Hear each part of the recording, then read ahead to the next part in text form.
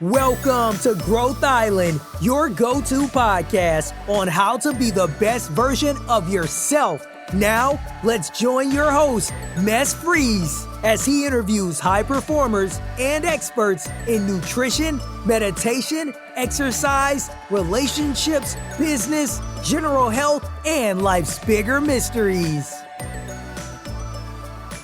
Thanks for tuning in today. I got one of the giants in biohacking who is in the middle of everything that's happening. I got Martin Tobias in. He is an entrepreneur as well. He sold a company that went public. He also sold another company. He invested in 80 companies. And now he's at the forefront of biohacking. He teamed up with Dave Asprey, also called the father of biohacking, and started this called UpgradeLabs, which is the coolest place that you want to go. And I can't wait to get to LA at some point, because that's the place with all of the coolest gear that you can find and that you can actually come in and use as a normal person. And Martin Tobias got some of the most rich people in the world coming in, because this is a place where you can do a difference. Some of the Hollywood stars, some of the athletes and so on. And then he is running a conference and involved in a lot of different things. So I'm really excited to have you in, Martin. Thank you for having me. So Martin, your story, how did you go from this successful entrepreneur and then heading into health? Well, I sold my last software company about 6 years ago, and I was mostly just, enjoying my life, hanging out with my kids, surfing at my house in Hawaii and everything. And there were a lot of things that I had on my list of things. Everybody has a list of things they want to do when they have time. And then I think to myself, okay, I have time. What should I do? And one of the things on the list was meditation. And so I said, let me try to meditate. And I went to some Zen meditation places in America. It didn't really work for me. And then I downloaded Headspace. And Headspace is amazing, but it's just a guided meditation on your phone. It increases access to your phone. But I started reading some studies on meditation, and they say that it can take a long time to get the real cognitive benefits of meditation, up to 7 years. And I thought to myself, is there anybody who's hacked meditation to actually give you the benefits in less time? And that day when I thought that thought, I ended up somehow downloading Dave Asprey's Bulletproof Radio podcast, and he was talking about 40 Years of Zen, which is a program where you go for 1 week and get 40 years of meditation in 1 week. And I said, now that is a hack. I want to do that. So through a longer combination of things, I ended up at 40 Years of Zen and met Dave Asprey and, got kind of sucked into this whole idea that with technology, you can actually change the time-reward relationship with a lot of these things that we've known the benefits of for a long time, like meditation and physical and training and things like that, but get the results in less time, applying what I had known, the hacking technology of computers, to the physical side of things. So I got very interested in it that way. And how did it work for you then, the 40 Years of Zen? 40 Years of Zen was amazing. And, a couple of really weird things happened at 40 Years of Zen. And because you sit in this pod thing with electrodes on your head, neurofeedback.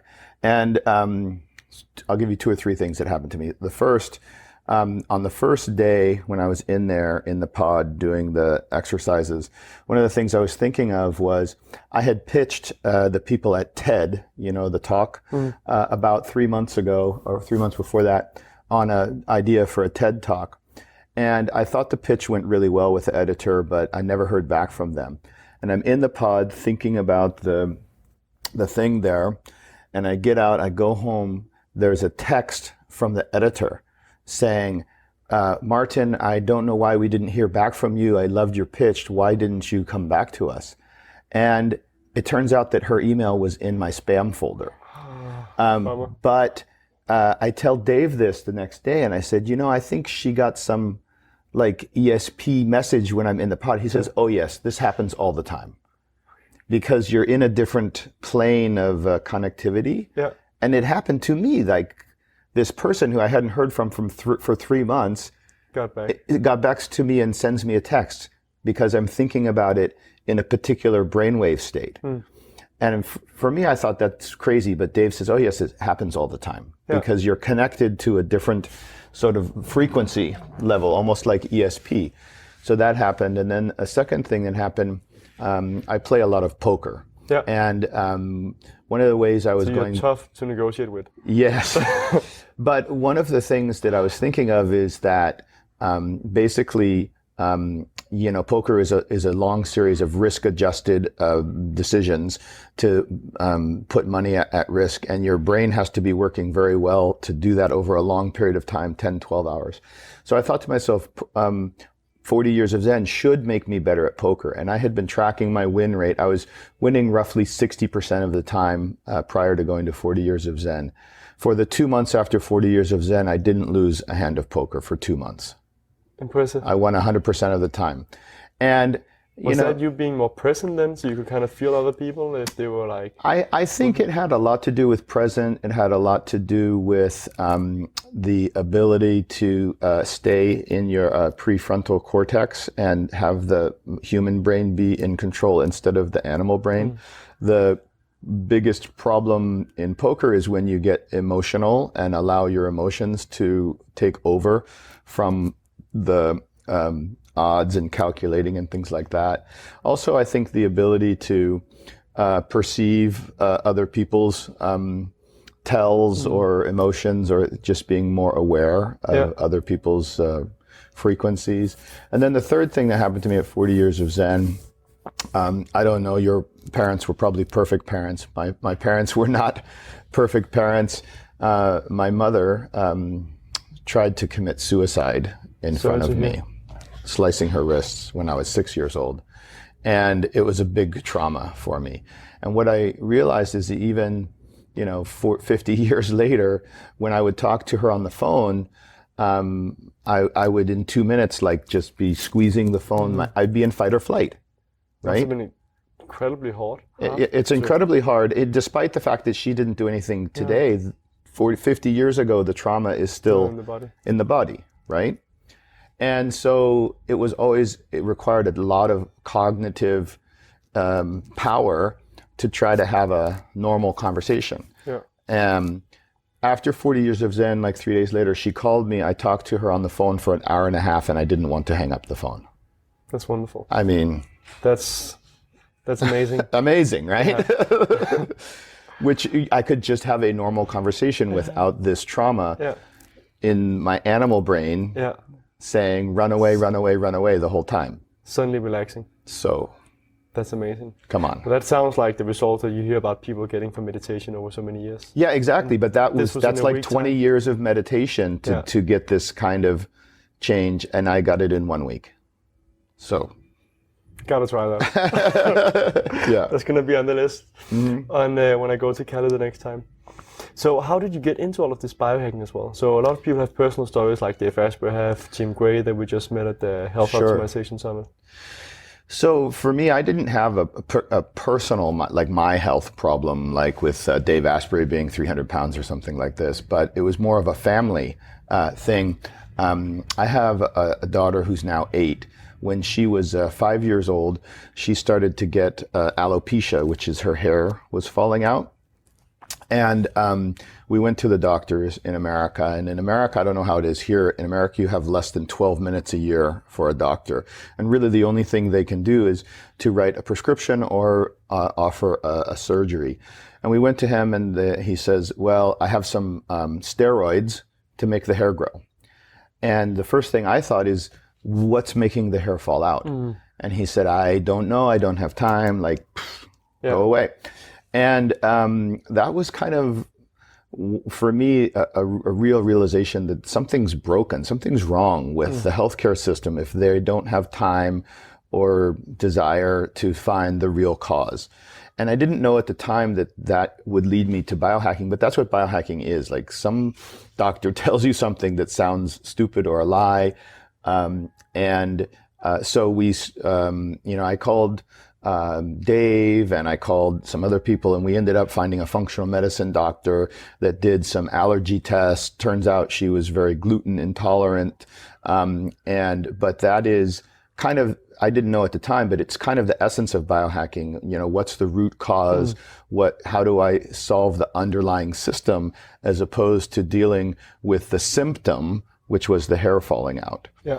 And so for me, being able to, help my daughter was the very beginning of the health thing for me.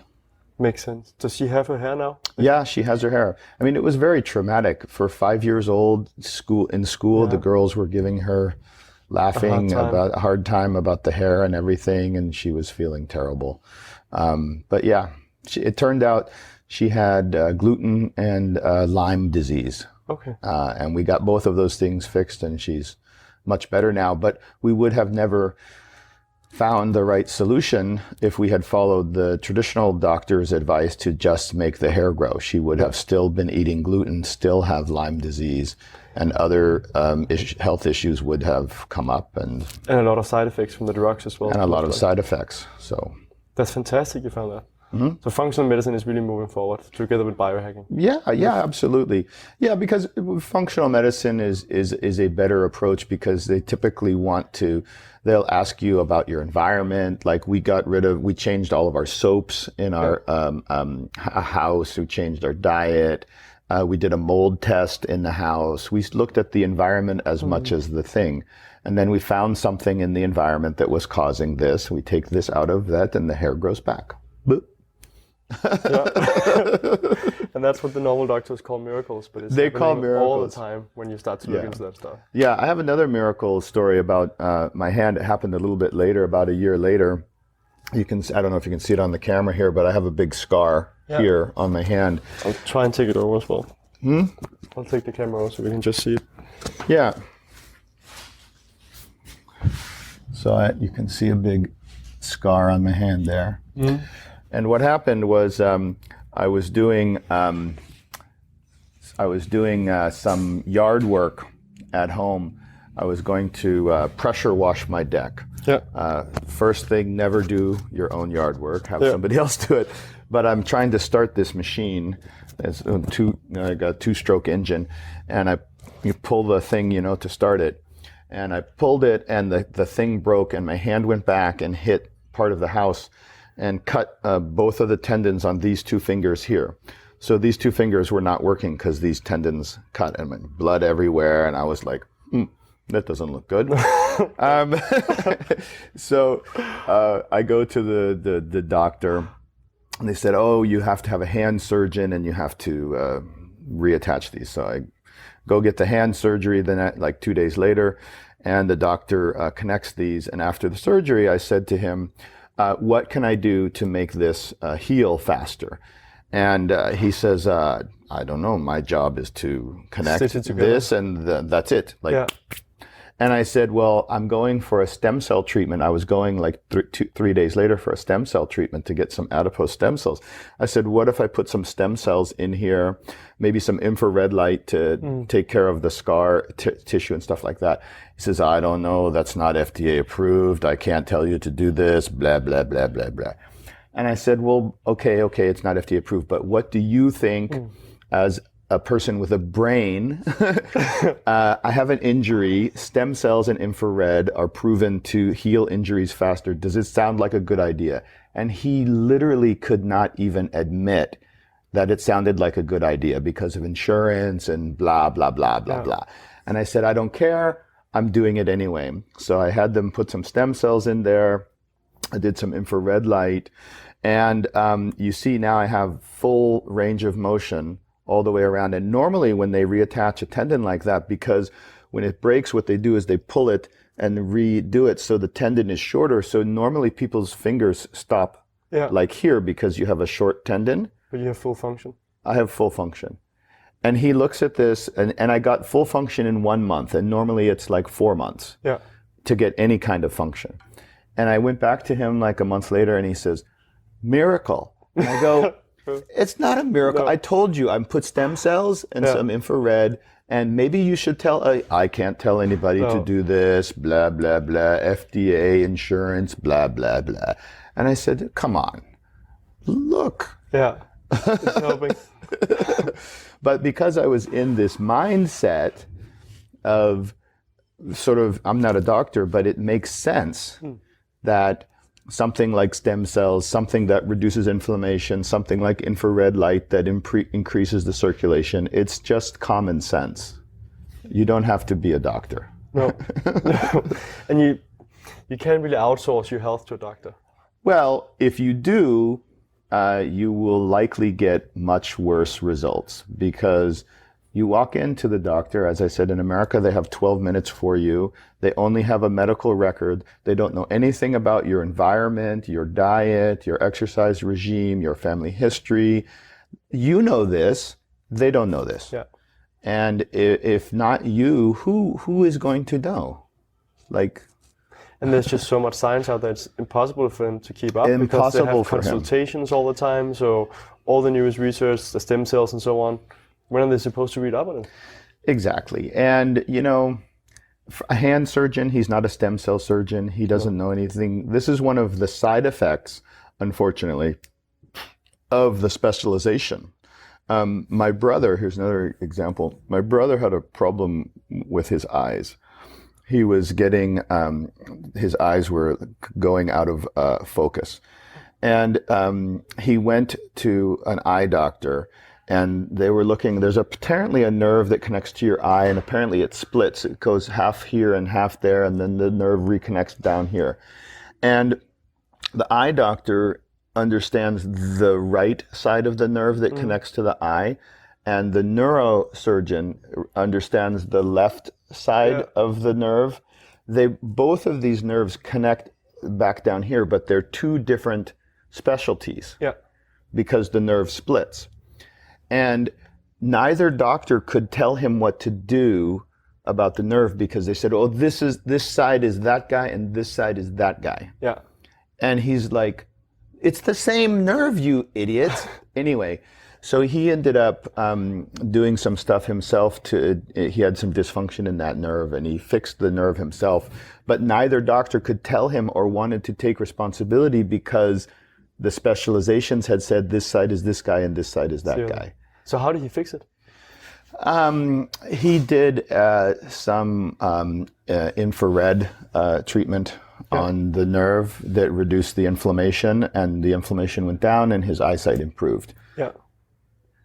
But he did it to the root of the nerve rather than the side. Anyway, so specialization in many ways constrains the person you're asking for information to, because he doesn't know anything about any of the rest of the body. And most of the problems we have are multi-systemic, especially things like autoimmune disease.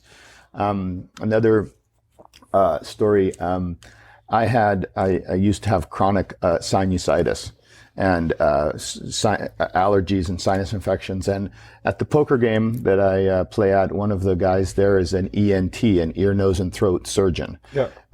He went to Johns Hopkins, the best surgery place in America.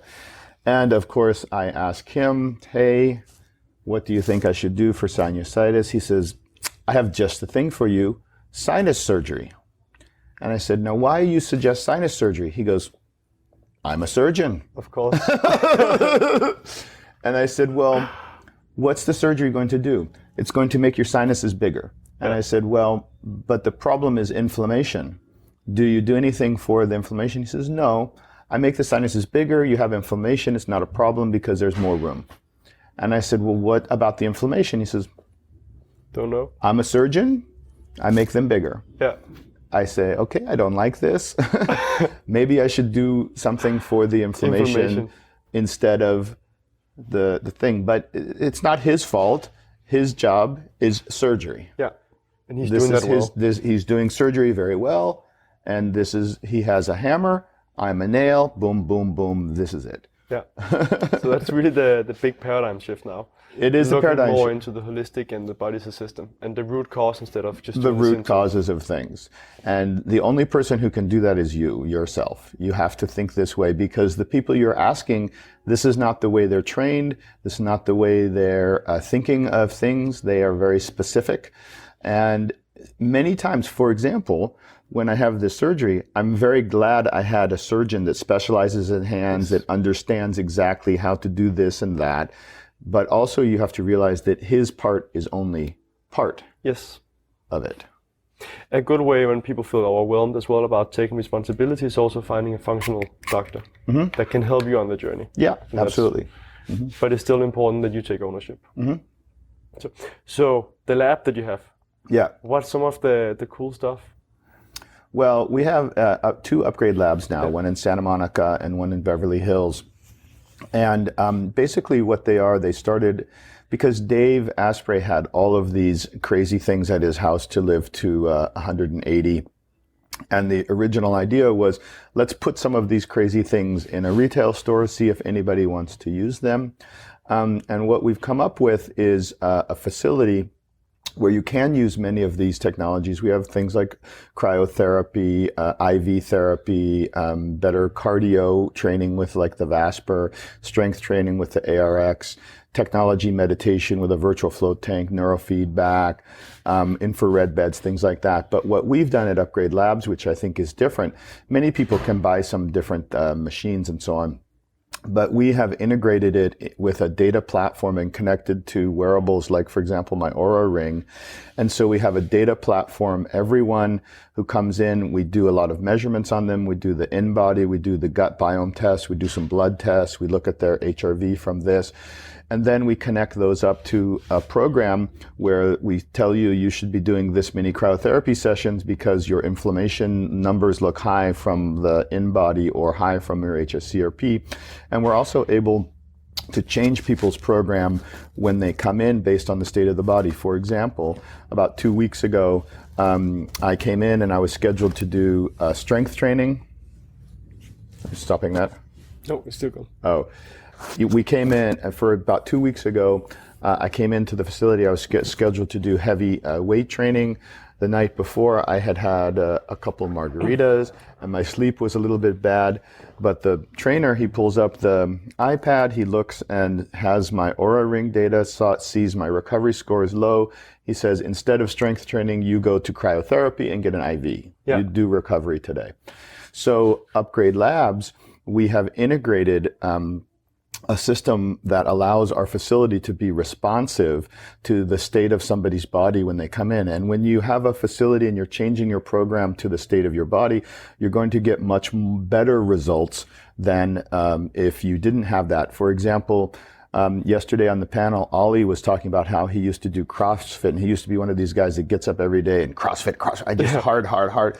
But what he found is that when he was pushing his body, when it was not recovered, it actually was worse than if he had been doing a little more active recovery on the days when he did not recover correctly.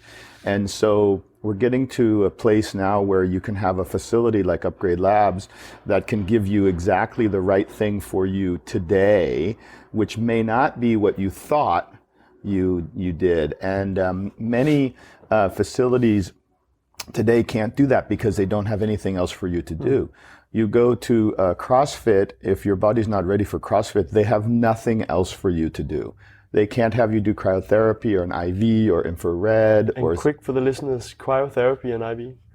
Oh, cryotherapy is a chamber where you go in and chill the body to stimulate the immune system. It's a 3-minute cold treatment.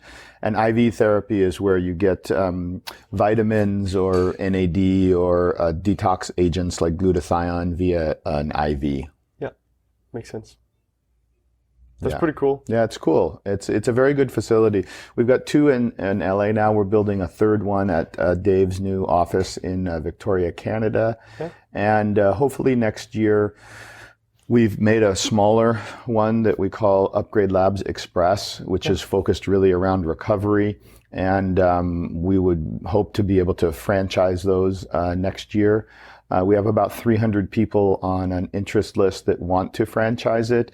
And what we're trying to do now is just put it all together in an operational manual in a way that people can replicate it and build one themselves. And hopefully next year we'll be able to be talking to people about how they could build their own UpgradeLabs.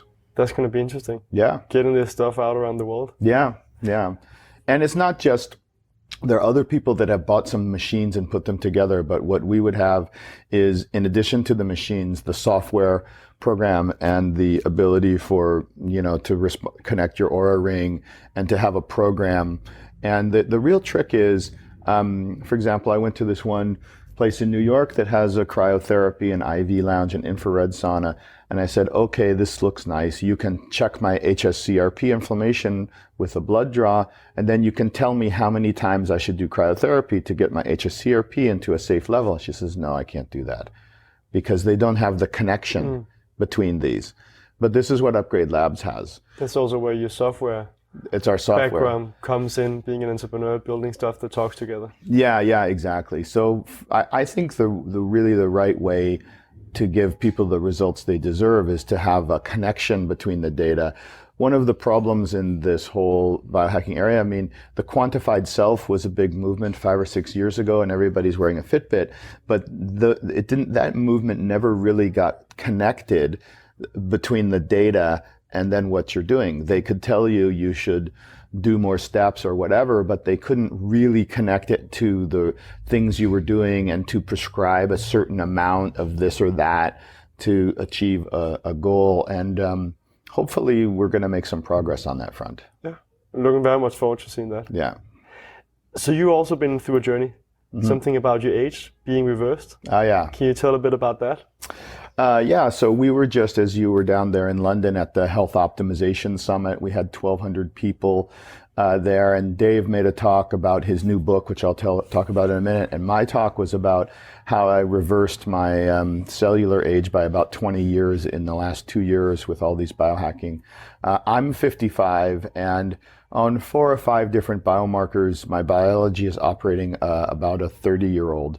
So one of them is P300 delay, which is a measurement of your executive function. We measure that with the WAVI EEG. I'm about 22 on P300 delay. My telomeres have regrown from, when I tested them first, they said I was 56. When I was 53, my telomeres are now 32. My testosterone level 2 years ago was 468. It's now about 1,000, which is about a 29-year-old's testosterone. And then there's another test we do at UpgradeLabs called bioenergy testing, which is a mitochondria function test designed by Frank Schallenberger. And that shows that my mitochondria are breathing in oxygen and expelling CO2 roughly like a 32-year-old. And I mean, this is my theory on aging. Dave has a particular number. He wants to be 180. I don't have a number. I just want to be living like with the energy levels and the disease profile and the ability to recover from injury like a 28 to 32-year-old for as long as possible. Because in your 20s and 30s, you have almost zero profile for cancer, Alzheimer's, Parkinson's, things like this. Yeah, totally agree. Rather live a shorter life, but a really good life, than being having 50 years of being sick. Yeah, exactly. And this is the problem. Most of the problems related to age are because of different, hormone levels go down, immune system goes down, NAD levels go down.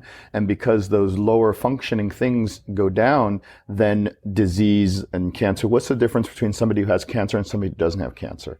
Somebody who has cancer, their immune system was unable to fight the toxins or the cancer cells that were growing. Somebody who does not have cancer can be exposed to the same environmental stressors, but if their immune system is strong enough to kill it, they don't get cancer. So the idea is to keep those systems as strong as possible, and you're going to improve the odds. You may still have a black swan event or something that happens, but the whole trick to this is to just, I think about it like poker. You want to improve the odds and and reduce the probability of these events as much as you can. Yeah. You may still be riding a Lime scooter and hit by a truck, but this is a black swan event you cannot control. There are many things you can do to improve the odds, and you should. Yeah, definitely agree. There's still going to be chances. I go kite surfing, you surf, I surf as well. So it's a calculated risk that you're taking, that you know something can go wrong, but you're trying to improve your odds. Yeah, you just improve your odds as much as you can. You know, like with things like cars, I mean, Dave talks about this.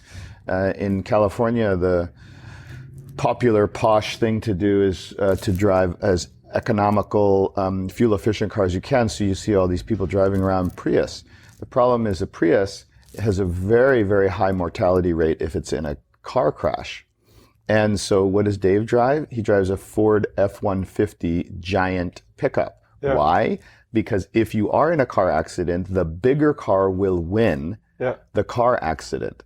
So it's in his mind and in my mind. What do I drive? I don't have a car right now, but I used to drive a Range Rover. Why? Yeah. Because it's a big, safe car. Yeah. If you are in a car crash, you will win the car crash. Yeah. If you decide to drive a car, you should drive the car that's going to win.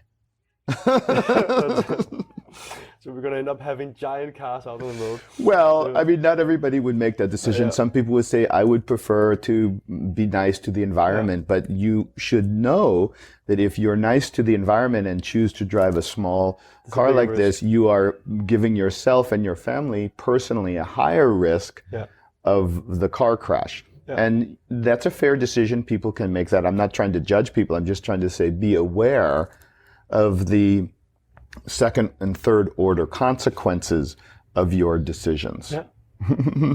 So what have been some of the concrete biohacks for you? So you've been trying a bunch of stuff, also having a clinic. Yeah. I think you had some of your top biohacks. I did, yeah. So one of my slides from the Health Optimization Summit was, for me personally, the top 5 biohacks that I have used. And it's kind of hard to correlate specifically which ones did what in the 5 different areas that I improved my biomarkers on, but I believe the ones that help the best Just keep going. Do a different thing. Oh yeah, there we go. That was a better angle. Better angle. I think the 5 or 6 best ones for me, number 1 is NAD supplementation. NAD is a coenzyme in 3 different cycles in the body, the main one being the Krebs cycle that creates ATP. And basically NAD, like hormones, declines over time from roughly 90% over a lifetime. And most people are deficient in NAD. There's not really a very good test to see what your levels are because it oxidizes really fast. But anyway, I started doing NAD IVs and soft melts and some NAD precursors like True Niagen. And I believe getting your NAD levels up. And NAD is, when you read all the longevity research, is one of the key topics that they're talking about because it makes all your cells work better. So NAD supplementation in some form. The second thing I think is stem cell treatments. I don't think those are as readily available in Europe, but I've done 10 different stem cell treatments, adipose and cord blood and placenta and blah, blah, blah. I've spent too much money on stem cells. But basically what that's doing is building up your immune system function and your body's ability to regenerate, because this is what declines significantly over time. I think stem cell treatments are amazing. Any kind of stem cell treatments, IVs or chronic, like injecting them into my hand, this kind of thing. Then the third area would be something around inflammation. Yeah. If you look at the 4 big killers that are out there now, it's cancer, cardiac disease, Alzheimer's, and diabetes. And underneath all 4 of those is inflammation. So if you can deal with inflammation, you can do it simply by taking curcumin or turmeric or getting rid of nightshades from your diet. You can do it a little more aggressively by taking a cold shower in the morning, doing a cold plunge, or the most aggressive inflammation thing is cryotherapy. It's more expensive, but staying on top of inflammation is a big hack that pays off really well. Those are the 3 kind of big ones. So that's why so many people also take cold showers. I take cold showers as well in the morning. And I took a cold shower this morning. It's a good thing. I think Ollie, that we met yesterday, Martin, everyone is doing it. And then I have the pleasure of jumping in the water as well. It's starting to get really cold. Yeah, so sure. It's like 2 to 3 minutes. Yeah. I mean, that's good, for inflammation, but also the release of the endorphins and the neuroepinephrine and things like that. So there's some mental benefits for it. I actually told my 8-year-old about cold showers, and she started to do them in the morning, and she's like, it's really, really cold, but I like it. And I just bought a Morzocco forge for my ranch in Spokane, which is a cold plunge thing, this big bathtub that has ozone filtered water and ice in it. And so the whole family's going to now start doing like 3-5 minutes in the cold plunge. It's fantastic. It's amazing. The feeling when you get up, once you get used to it, is incredible. The feeling of happiness. Yeah, actually happiness. Yeah, totally. It's great. So something about a book coming out as well? Dave Asprey, he has a new book where some of all these things, and if people think it's a bit complicated and how to get started. And yeah, definitely. So Dave has 4, big books out, but he has a new book coming out in October called Superhuman. Yeah. And it's basically all the things that he's doing to live to 180. And he talks about the 4 big killers and then the 7 systems in your body that need to be supported to avoid those killers, and then what you can do on to address those 7 subsystems. Everything from easy things in your diet to more complicated things like stem cells and cryotherapy, but he kind of lays out the range of things that you can do and that he has done, including some things that are not, on the menu now, but he has tried, like peptides and things like that. So I'm really excited. I just actually read it, a pre-release copy, and probably about 60% of the things that he talks about doing are available at UpgradeLabs. And so for people that are interested in living to 180 like Dave, they can come to UpgradeLabs and do many of those things. And some of the things you can get even in cities here like Copenhagen or London or whatever. But it's a really great book, and I'm really looking forward to it. Yeah. Dave was actually how I got into biohacking as well. So I started with functional medicine, reading a lot about that. Mm-hmm. And then I was at a Tony Robbins event, and Dave had a few minutes on stage and released one of his books. So it's been an inspiration for most people going into this area. Sure. And the funny thing, Tony Robbins doesn't say he's a biohacker, but I've been to his house in West Palm Beach, and he has all of the same stuff. You think about it, he's on stage 12 hours a day jumping around and stuff like that. And if you go backstage with Tony, which I have been, he has a PEMF machine. Yeah. He has a cryotherapy machine. Before he goes on stage, he sits on the PEMF machine for 20 minutes to charge up his body. He does cryotherapy in between his speeches. I mean, he knows these kinds of things really improve his energy level. And he has the different machines that make it more efficient. The OsteoStrong machines as well. OsteoStrong machines and things like that. So he's a big fan of all of this, doing whatever you can to optimize and perform better. And it's, worked for him. The other thing, I'm sure you know the story of him. He had mercury poisoning. I actually didn't hear that. Oh, yeah. About 2 years ago, he was having some brain fog issues and this and that, and he went and got a scan, and apparently he had very high mercury poisoning because he was eating a lot of sushi, a lot of tuna. And it was, I forget the exact numbers. Apparently the scale is like over 1 in mercury is a lot or something like that. And he had like 172, like some crazy high amount of mercury. And so then he ended up doing some of the same things Tim Gray did, because Tim had a huge mercury poisoning problem. So hyperbaric oxygen, ozone therapy, some chelation, this and that. And he was able to get the levels way down, but it was significantly impairing his cognitive function. But the only way he did it is by having these technologies and collecting data and then having a plan and trying different tactics and seeing what's working. And he's amazing at that. Yeah. Finding a strategy, finding people that knows how to deal with it, and then going full force into it. Yeah. But even a guy that's at the top of his game with mental performance is doing a lot of this stuff. Yeah, always doing a lot of this stuff, and is still susceptible to that. I mean, he was thinking, eating sushi was good. Yeah. And it turns out the quality of the sushi was not as good as he thought, and then it has a problem. But he was able to respond to it because he was aware of his environment and aware of some technologies that could help him recover faster and in a community where people could help him. And yeah. It's pretty impressive. So, there's a conference as well. Yes. If you want to learn more about it. So we were just in London the other week with Tim Gray and Dasha that did the Health Optimization Summit. And for me, it was a really good experience. Oh, good. Being around amazing people that are really deep, a lot of doctors, professors and so on, that really know what they're talking about, and the chance of actually seeing some of this gear. Yeah, That's totally. Not to say that we should just go into gear. The nature is very important as well. No, nature is very important. So we run the Biohacking Summit. Bulletproof ran it for 5 years, and we did it last year, this year in March in Beverly Hills. And we helped Tim do the one here in London. And we're going to do another one March 27th to 29th in Beverly Hills. We'll have another probably 1,500 people. And we're going to have some new and different speakers, not the same every year. About half are going to be new. Dave, of course, is going to speak. But we have some new people talking about different technologies. But whenever people start a journey like this around biohacking or their own health, you can read some blogs, and this is good. You can go somewhere like UpgradeLabs.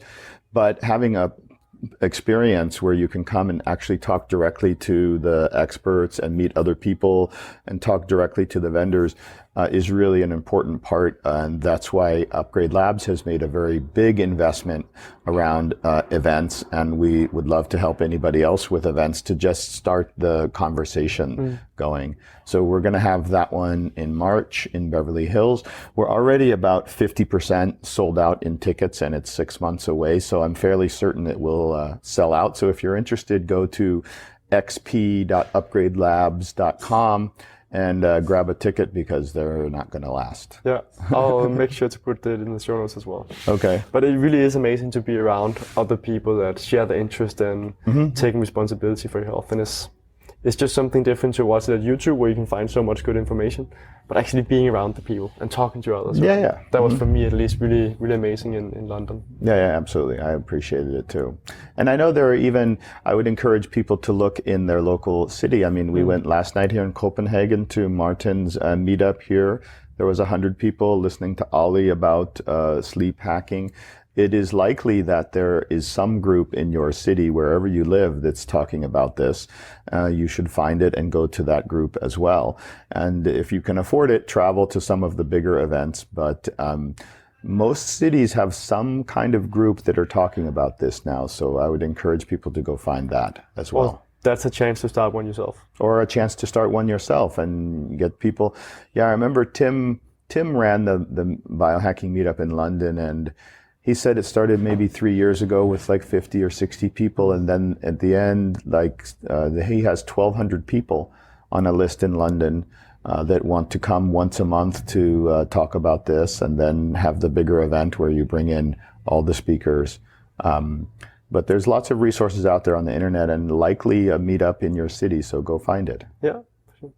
Where can people find out more about you? UpgradeLabs.com is the main place where people can find. You can follow me on Instagram, Martin G. Tobias. Mostly you'll find pictures of tacos or grass-fed meat, because I just did 3 months of carnivore. I don't post a lot of health stuff up there other than pictures of what I eat for some reason. Yeah, the classic Instagram pictures. Yeah. Cool. Any last advice to round off, if you had to give 1 to 3 concrete things for people taking control of their health? The first thing I would say is, as we're talking before the show, the only one who is able to be responsible for your health is yourself. And if you outsource that to doctors or psychiatrists or anybody, you're not doing yourself a service. They will never know as much about you than you do. And you don't have to be a doctor. You just have to be aware. So first of all, realize that you can make significant improvements in your health if you're just aware. Second, I would encourage everyone to start collecting some data. Because before, when I was thinking, for example, I was a raw vegan for like a year. And I did it because I read a book and I thought maybe I'd try raw vegan. But if you start trying things without any data about yourself, it's likely that you're trying things that don't work. I would encourage people to get something like an Oura ring to track their sleep. I would encourage them to get some basic blood panels, to get some DNA tests. I just did a DNA test with the DNA company out of Toronto. And as he's reading my DNA, he said, you have a lot of Neanderthal DNA, your carbohydrate metabolism is a little bit compromised. Therefore, you are someone who really, really should be on a high fat, high protein diet and low carbohydrates. And I said, I wish I had known this data before, because I tried raw vegan. And it turns out raw vegan is exactly the wrong diet for my genes. And if I had taken the data first, I could have avoided a year of fucking raw vegan. So, and for someone else, raw vegan might. For someone else, raw vegan, but this is the key. You need the data. Yeah. It's not just your feeling. It's not just your friend tried something. Get the data about you and your body, and then try to pick things in your life that fit the data about your body. And a lot of people miss the data part. So the first part is you have the agency to make changes. The second, get some data. And then the third, try things which match with your data. You're likely to get much better results when you do it in a data-driven way than if you just try to ping pong between different ideas because you read some book. Yeah, definitely agree. Okay. Cool. Martin, thank you so much for your time. It was really a pleasure. I'm right. sure that people are going to enjoy this. Thank you for having me. Thanks for listening to this episode of Growth Island. Be sure to subscribe for more episodes on how to be the best version of yourself. And if you found this show helpful, then please leave us a review so more people will learn about the podcast, or share it with a friend who can benefit from it too. Thank you again, and have a wonderful day.